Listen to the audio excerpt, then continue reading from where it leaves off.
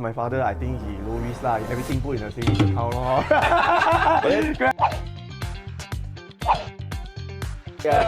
and available and not available. I think technology, AI, this is the future.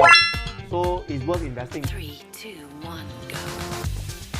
Okay, hello everyone. Okay, welcome to our talk show. Today I have Ben, Kieran, and Estelle. Our talk show is called Coffee, Tea, Money Talk. Okay. So today we have a very, I wouldn't say a big topic, but we want to share like how do you actually accumulate wealth of $1 million in Singapore context today. So we have our host Estelle. Yeah. With the rule of 72, how does it apply to accumulating this $1 million? I mean, rule of 72, I would say everybody knows that. You Google, you know what? Okay, it's the N divided by 1 over N. 1 over N, sorry. So N is like, 72 divided by N. yeah. So N is actually the Number of years. number of years to double your money. Yeah. So assuming that, okay, see, give you an example lah. So if your rate of return is 1%, so 72 divided by 1 is 72 years. So in order for you to double your money, is 72 years to double your money, no? Yeah. So that's the rule of 72. Okay, I give you an example again. I say it slowly. So rule of 72 is like, for example, today I want to double my money. The magic number, okay, say for example, the investment return is 10%. Okay, so 72 divided by 10. So it will take me 7 years to double my money. Based on their rate of return. Yeah, based on the rate of return. Wow, so good. I also want. It's not about, I guess it's more like the formula that give you that math so that you roughly know based on that rate of return if you're able to achieve it consistently, and then you're able to roughly know when your money get doubled. I mean, it's a guideline. Yeah. Of course, this is at least you know whether you want to take 5 years, 10 years, 20 years to double your money lah. So at least the rule of 72 is a very useful tool if you ask me. A simple way, I guess, is a simple way of us knowing how much the money will get doubled. But along this journey of accumulating 1 million, right? A lot of people say it's not so simple. There's pitfalls along the way. What do you think? I guess it's true, but the main thing is to ensure that you invest or you save. You have a very diverse portfolio where you have, you have your fixed incomes, you have your funds, so that whether the market goes up or down, you are well protected lah. Actually, pitfall, are you referring to like the person cannot take so much risk? Or the challenges that... or is it the challenges that someone want to invest? Hey, I want to invest but no money. They're scared they lose their money. Oh, they're scared to lose their money. Then of course, risk appetite, you got to know what's your risk appetite at the end of the day lah. Yeah, if you ask my father, I think he low risk lah. Everything put in a savings account lor. Correct. So if you ask me, or maybe some of my friends, they like to buy crypto, high risk, yeah. So I think pitfall lah. Okay, I would say different profile would have different risk appetite at the end of the day. I think they will meet different kind of challenges as well. Yeah, I mean for myself, I'm single. Of course, I'm able to take more risk. But like Lenin, father of 3, maybe cannot take so much risk. Of course I cannot. Single and available and not available. Yeah, the risk appetite is very different. Yeah, so I guess these are the challenges that different profile would face, and you got to know yourself ultimately what kind of risk you can take lah. Talk about this investment, right? I heard of this term called dollar cost averaging, which some of my friends tell me. What is this DCA? So DCA means you don't lump sum go into an investment. Like you don't show hand. So instead, let's say you have 100,000, you don't one shot put 100,000 into any kind of investment. You either do it into little tranches of, let's say 10. So at least you get to catch when you buy when the market is low, and you also buy when the market is high. But over the course of, let's say, 10 years, it will average out lah. So you won't lose as much. So buy consistently. Yeah. But now we're talking about $1 million lah. So I think the DCA still works, but maybe you need to count backwards as what Kieran earlier said lah. Number one is the risk. I mean, how much risk can you take? Sometimes doesn't mean high risk, high reward, but rather than a measurement of the percentage of return that you're looking at based on the amount of how long you want to take, and then the amount you want to invest via Ben's method of, doing it in an installment way lah. So Yeah. to me, it still rolls back to your rule of 72 because you need to find out what is how do you want to get to your $1 million. So let's say you start off with 100,000 is easy lah, but you're starting off with 10 or 10, 20,000, then you must understand that you can't get to your 1 million in like 3 years unless you do super risky investments which don't have lah, nothing legal lah. Just now he do the Scam. Yeah. Correct. So I guess each of us really need to know exactly what returns that we are looking out that is realistic to us, and we can sleep well at night based on that returns and do some math accordingly on this part lah. What other questions you have for us, Estelle? So that we can tap on our brand. I guess it's not always not easy to invite three of us all together sitting down to brainstorm a little bit on what kind of things that we can actually do to accumulate $1 million. I think personally I put in a fair bit in equities, in US equities. Not that I'm bullish on it, but I guess based on my risk profile, I think this is one of the best asset class for me for now. How about yourself, Lenin? Where are you putting to accumulate your first 1 mil, or maybe you share with us how do you actually accumulate? What are you doing with 1 mil? For him it's a few meals. I mean, again, I think it's when I'm younger like Kieran, okay, I think I also take a lot of risks. But nevertheless, I think sector-wise, like for example, I myself, I like technology. Yeah, I think technology, AI, this is the future.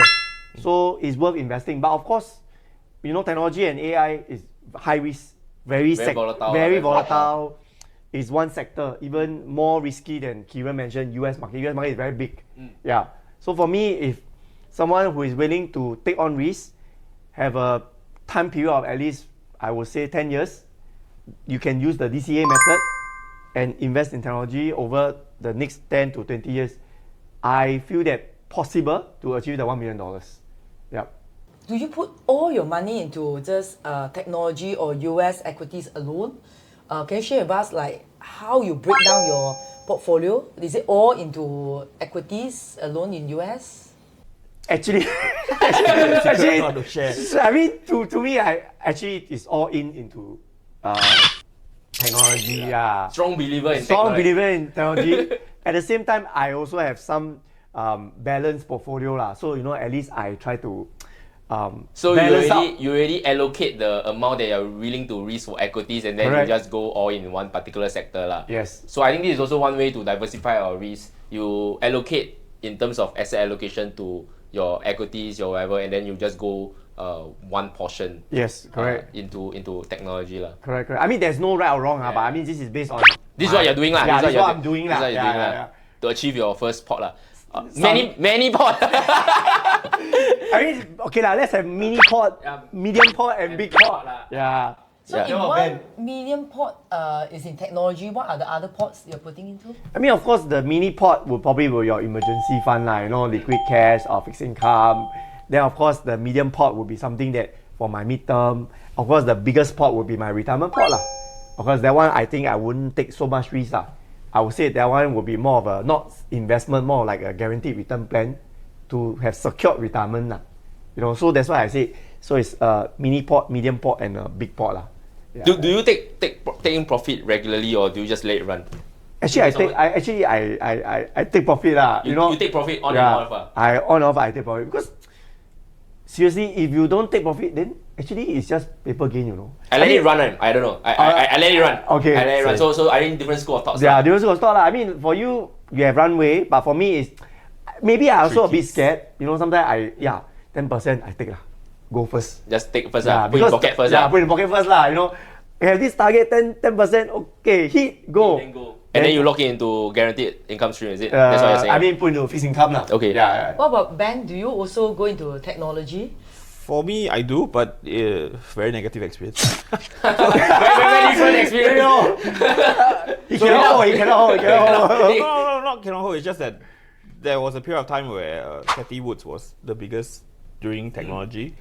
So I looked at her fund, I bought in, and then I'm down about 60%. I see. Then you must after dollar that- cost average Yeah, lah. so after that, that's why I do believe in dollar cost averaging, because I have another portfolio which I did dollar cost into the same fund, and surprisingly I managed to break even at least lah. I think technology is segregated into many sectors as well. There are AI, there are So matured stocks also. I mean, ARK Invest was one of the darlings during that period. So I bought into the hype lah. So you FOMO people go, you go lah. Hear say lah. Yeah. Where got People say, your friends say buy into the lah. market and then think it will go down one. It's always buy and then you want to go up. But then other than that, I can't really do equities as well because compliance issue with my partner. I see. So I can only okay. do like funds and alternative investments lah. Okay. So that's your strategy to accumulate. That's the only way I have right now lah. Okay. Because but not bad. The DCA really works lah. At least- Dollar cost averaging. So you are doing the DCA for I yourself. have to because it works, and then once you find a way to make some money, you normally don't stray away from it lah. I take risks in very small amounts. Hey, then what about Estelle? You ever say about how do you want to intend to accumulate 1 million? I'm very conservative. I just put into my insurance agent asked me to buy savings plan. Fixed Then I D. put some into fixed deposit. Then I don't really do much T-bills and I put into savings. So I think compared to you guys, I'm more conservative. My insurance agent just tell me put into the retirement plan. Then I just say okay. And then one for my child, for the education. Every month we put in about $200 every month. I think I did that once for 18 years. Yeah. So that is my conservative portfolio. So does it really drive you to accumulate that $1 million? Is that part of your plan or not? Yeah, actually I think it's a little bit slow. And then my friends were saying that inflation is quite high nowadays. But I think me and my husband are slow and steady. So Slow and steady. yeah, maybe we might really look into it slowly. It take a bit of time to get, I think it's what we call it a comfort zone. Because it's what you're comfortable, you keep doing the same thing. So maybe need a little bit of push to go out your comfort zone. Okay, lor, later you can set up.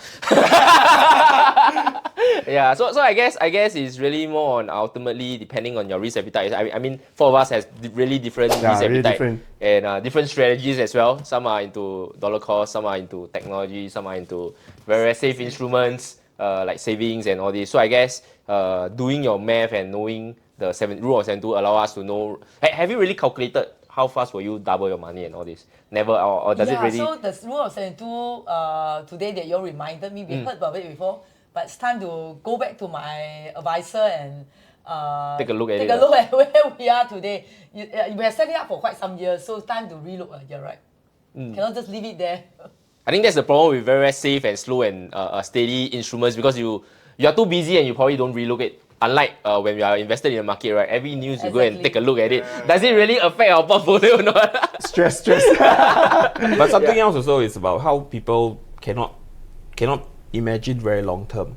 So like usually people only talk about 3-year plan, 5-year plans. They don't. Then a 10-year plan to them is a stretch already. So surprisingly, like your savings plan of about 18 years, you're more or less done with it. So the years do pass by quite quickly. So when someone says about investing 10 years, 15 years, it's actually not that long. So you tell people to look beyond 10 and actually 10... It's very hard because human nature, like we used to be people who only live day to day. Because anytime you might be eaten by tiger. Tiger.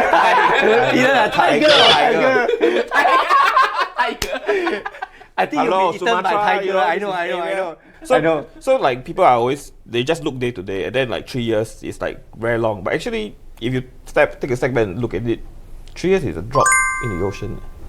So yeah, so I'm trying to. So you're saying that 3 years is just snap, 3 years is gone lah. So that's why I'm trying to condition myself to think like 10 years is also actually not very long.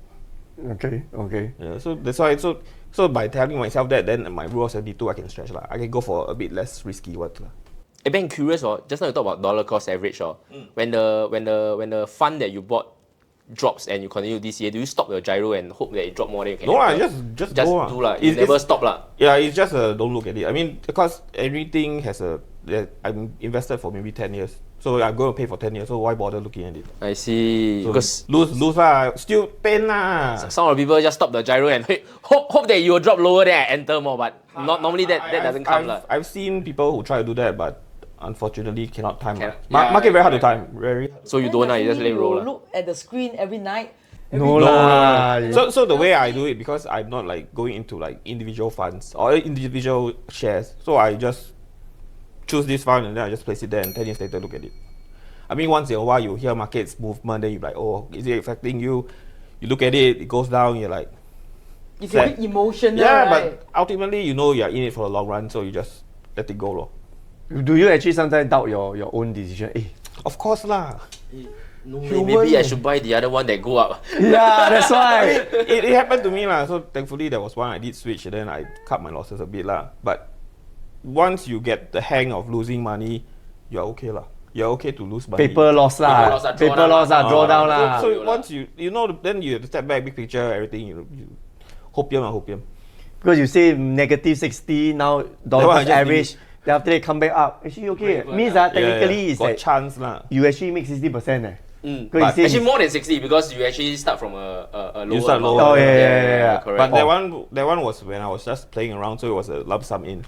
So because of that, then I decided to do a dollar cost average. But your Oh. money is really stuck inside, right? Start inside, lor.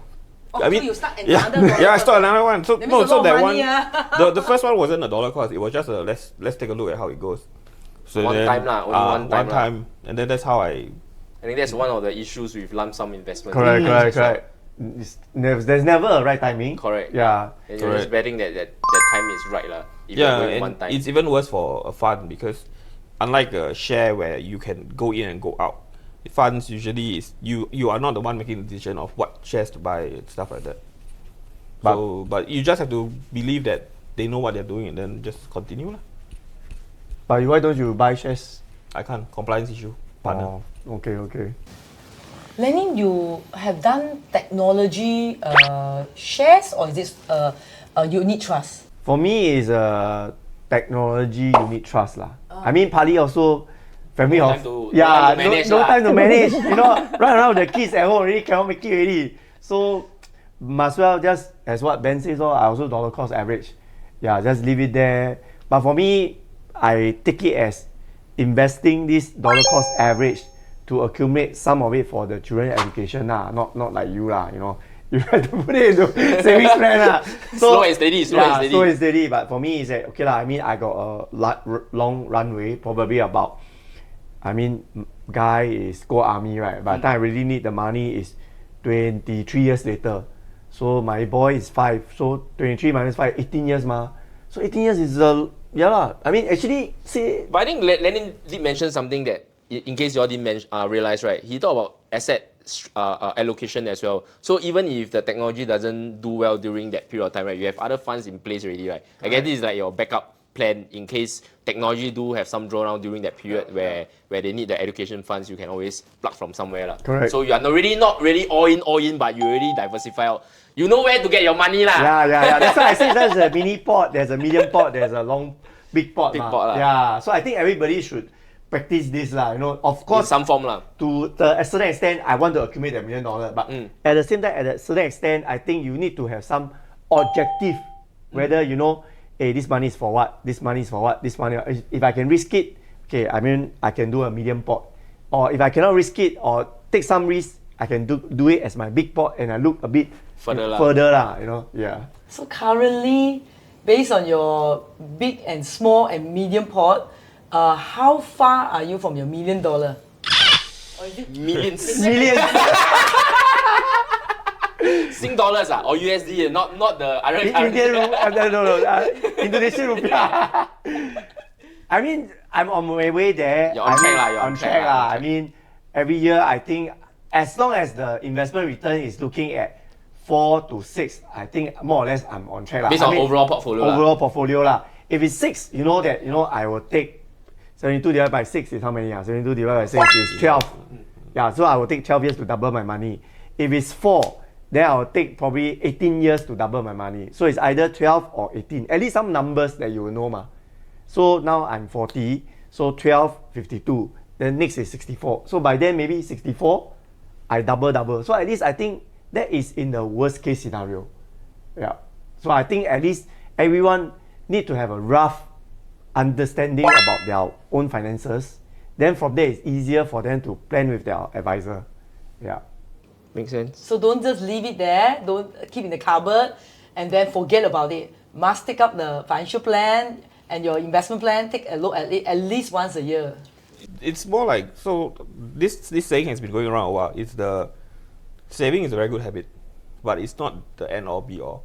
So you need to make your money work for you.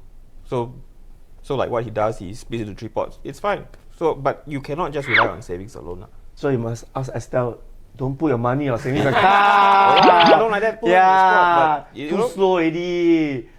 Can slow and steady, but to a certain point. Correct. Risk I a little bit. got savings plan for my son. I got a retirement plan for me and my husband, and savings plan, normal savings and FD. Yeah, need to tweak a bit and relook into it. Yes.